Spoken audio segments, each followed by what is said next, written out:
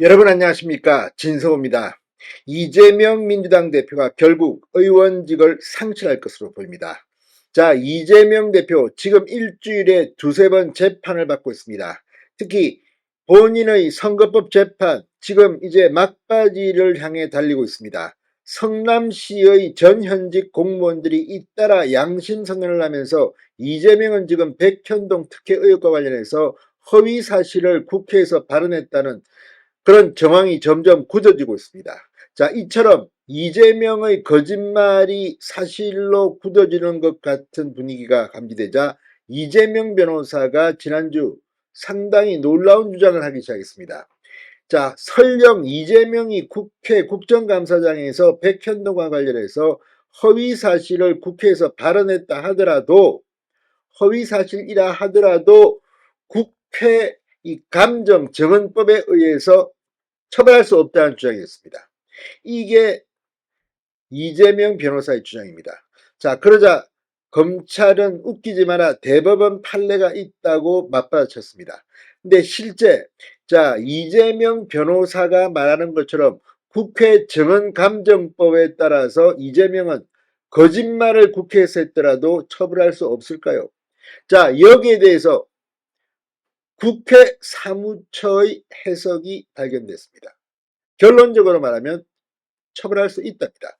자, 지금 이 이재명의 변호인은 이재명의 거짓말이 각종 진술, 물증, 문서 등을 통해서 사실로 확인되는 분위기가 감지되자 이재명이 국회의원 배지를 날릴 수 있는 최소한 벌금 100만 원 이상은 나올 것으로 보입니다. 그러자 아예 허위 사실을 공표했더라도 국회 정언감정법에 따라 처벌할 수 없다는 새로운 주장을 펴기 시작한 겁니다. 그런데 이게 재발등을 찍은 것 같습니다. 국회 사무처의 해석이 나오면서 이제 이재명은 국회에서 아예 파버리는, 의원직이 상실될 가능성이 커졌습니다. 물론 예단하지는 않겠습니다. 법원이 판단을 해야 하고 대법원이 확정 판결해야지 이재명의 배지는 날아갑니다. 그럼에도 불구하고 이 확정 판결이 나면 앞으로 이재명은 다음 대선에 출마하지 못할 수도 있습니다. 자, 아무튼 지금 분위기가 확 바뀌고 있습니다. 국회 사무처가 국회 정언감정법에 대해 다른 죄의 형사 책임까지 면제되는 건 아니다라고 보고 있다는 그런 해석이 나왔습니다. 국회에 출석한 증인이 다른 법에 저촉되는 죄를 저질렀다면 그 법으로 처벌할 수 있다는 취지입니다. 검찰도 국회 사무처와 같은 해석을 내놨습니다. 법원이 판단하게 되면 이재명은 이 정도면 이제 골로 갑니다. 사실 백현동 말고도 대장동 허위사실 의혹, 또 이 지금은 숨진 상태인 김문기 전 성남도시개발공사 개발 1처장을 몰랐다는 언론 인터뷰, 이런 것들까지 있기 때문에 이재명은 이 국회 사무처의 대반란, 이 유권 해석에 따라서 이제 배지가 날아갈 것으로 보입니다.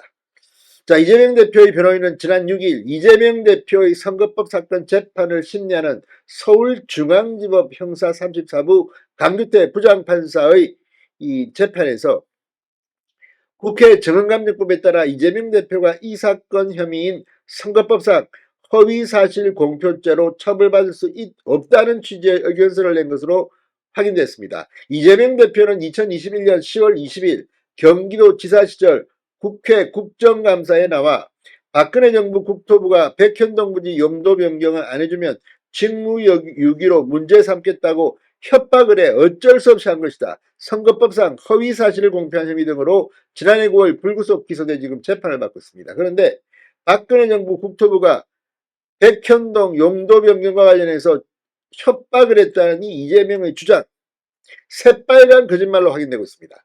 지금 성남시 공무원들이 잇따라 나와서 국토부로부터 이런 협박을 받은 적도 없고 국토부는 지방자치단체 이재명 성남시장이 알아서 할 일이다, 이렇게 말했다는 겁니다. 그리고 이걸 이재명 당시 성남시장에게 보고까지 했다는 겁니다. 그런데도 지금 이재명의 이 협박 발언 어쩔 수 없이 했다.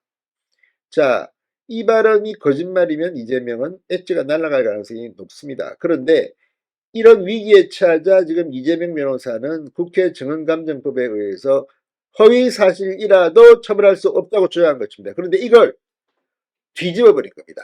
이재명 변호인이 주장한 국회 증언감정법 구조, 증인의 보호 사망, 증인이 자유롭게 증언할 수 있도록 보호하겠다는 입법 취지를 고려해야 한다고 주장했다고 합니다. 그런데 이 해당 법조안은 이렇게 되어 있습니다. 국회에서 증인, 감정인, 참고인으로 조사받은 사람은 이 법에서 정한 처벌을 받은 외에 그 증언감정 진술로 인해 어떠한 불이익한 처분도 받지 않는다. 자, 이 대표가 국회 국정감사에서 거짓말을 했다고 하더라도 선거법이 아닌 국회 증언감정법에서 정한 처벌만 받을 수 있다. 형사처벌 등을 포함한 다른 불이익한 처분은 받지 않는다는 게 이재명 변호인의 주장입니다. 그러나 이거는 새빨간 허위 주장이 아닌가 싶습니다. 자, 국회 사무처가 해석한 입법 취지는 이런 겁니다.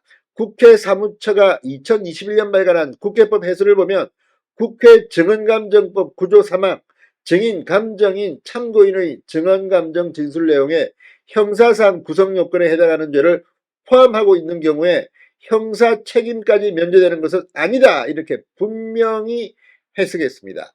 자, 이재명 대표가 국회에 출석해 허위 사실을 공표할 경우 선거법 위반 혐의에 대해 형사처벌까지 면제되는 것은 아니라는 것입니다.